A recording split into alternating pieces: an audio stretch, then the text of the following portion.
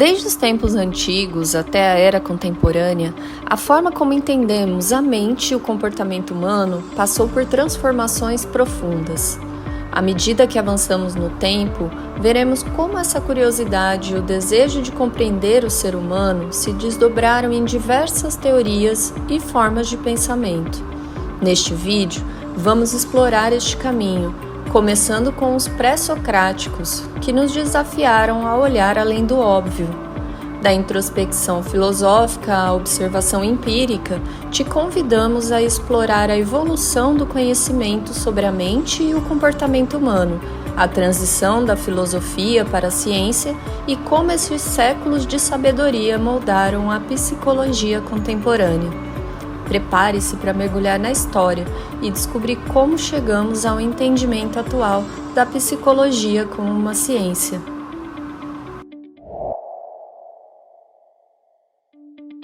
Um marco histórico no pensamento humano ocorreu na Antiguidade, por volta dos anos 700 a.C., na Grécia. Naquela época surgiram as primeiras cidades-estados planejadas, chamadas polis. Seu desenvolvimento exigiu um grau de organização que até então não havia sido alcançado. A escassez de terras deu início a uma expansão de território para produzir mais e mais riquezas. O militarismo também foi marcante, tanto para se defender quanto para expandir. A escravidão de outros povos também se ampliou nessa rotina expansionista, e a roda da economia passou a girar com mais força. Esse avanço econômico, militar e territorial foi solo fértil para florescer a arquitetura, a física e a geometria, e também deu aos cidadãos a possibilidade de se ocuparem com as questões do espírito, como a filosofia e a arte. Os filósofos pré-socráticos se incumbiram em definir a relação do homem com o mundo através da percepção. Eles tanto foram aqueles que antecederam a Sócrates, mas também alguns que foram contemporâneos a ele. A diferença estava no tema de estudo. Os pré-socráticos se preocupavam em observar a natureza, sua origem e sua cosmologia, seu funcionamento, enquanto Sócrates se preocupava em filosofar sobre o ser humano.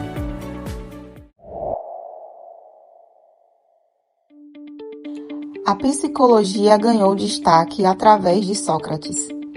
Esse filósofo defendia como principal característica humana a razão.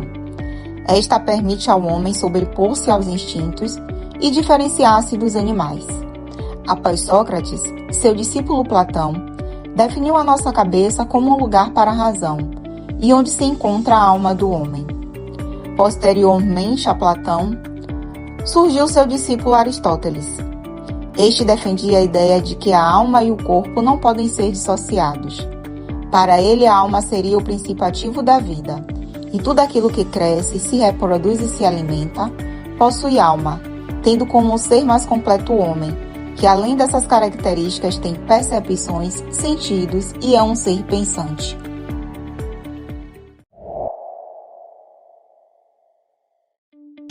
A Idade Média foi um período de grandes transformações sociais, econômicas e culturais. Seu início é marcado pelo feudalismo como modelo econômico e a ascensão da Igreja Católica. Os principais temas da filosofia giravam em torno da fé, a razão, a existência de Deus, a natureza da alma e sua imortalidade, além da dualidade entre o mal e o livre-arbítrio. Santo Agostinho, um dos primeiros e mais influentes filósofos da época, viveu numa época em que o grande Império Romano estava acabando e uniu o pensamento de Platão com o cristianismo. Para ele, a verdadeira sabedoria e a felicidade só poderiam ser encontradas em Deus. À medida que os séculos se passavam, foram surgindo mudanças significativas. O aumento populacional e o desenvolvimento de rotas comerciais, especialmente após as cruzadas, fomentou o surgimento de uma nova classe social, a burguesia, composta por comerciantes e artesãos, que começou a desafiar a estrutura feudal tradicional com o seu crescente poder econômico. Outro grande pensador deste período foi São Tomás de Aquino, que viveu em um momento em que a Europa estava redescobrindo as ideias de Aristóteles.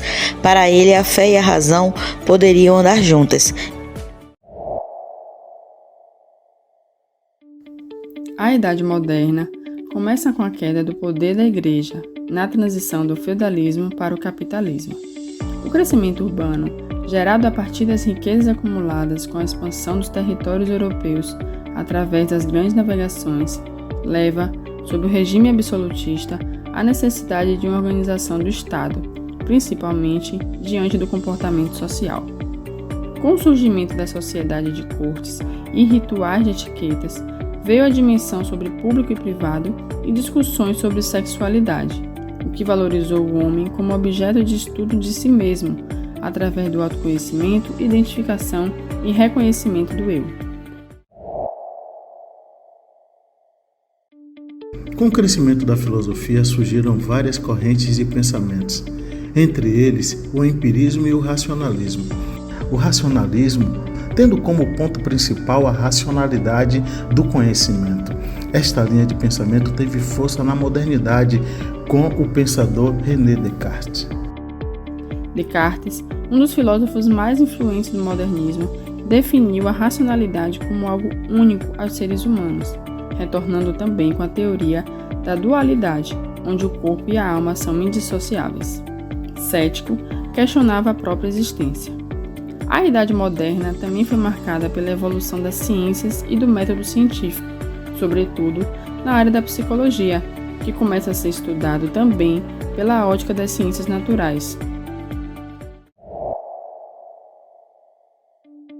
O empirismo, que é uma doutrina segundo a qual todo conhecimento provém unicamente da experiência, limitando-se ao que pode ser no mundo externo. O empirismo é a teoria filosófica que argumenta que todo conhecimento humano deve ser adquirido de experiências sensoriais. O principal filósofo com esta linha de pensamento foi John Locke. Immanuel Kant, filósofo alemão e um dos principais pensadores do iluminismo, com grande contribuição na epistemologia, na metafísica, na ética, influente na filosofia moderna. Seus pensamentos eram baseados nas leis morais e éticas.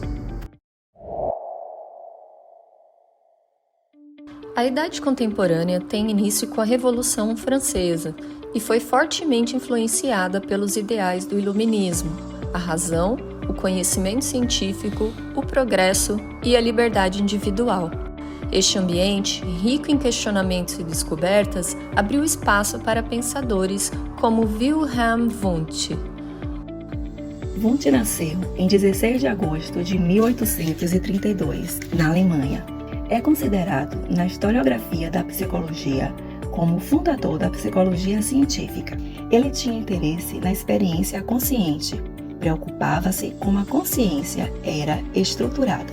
A partir de experimentações, cria o primeiro laboratório de psicologia experimental na Universidade de Leipzig, recebendo assim o título de pai da psicologia científica. Wundt foi criador da teoria dos métodos e estabeleceu as bases para a investigação sistemática dos processos mentais por meio de métodos científicos. O laboratório criado por Wundt se tornou o primeiro centro internacional de formação de psicólogos do mundo, atraindo alunos que começaram a difundir versões próprias da psicologia para outras gerações. Para Wundt, os psicólogos deveriam dedicar-se ao estudo da experiência imediata e não a mediata. Ele escreveu o primeiro livro sobre psicologia, utilizou o método científico para estudar sensação e percepção. Assim, vale ressaltar que a psicologia é considerada uma ciência nova e nós, estudantes e os já psicólogos que estão atuando, podem contribuir para a continuação dessa história.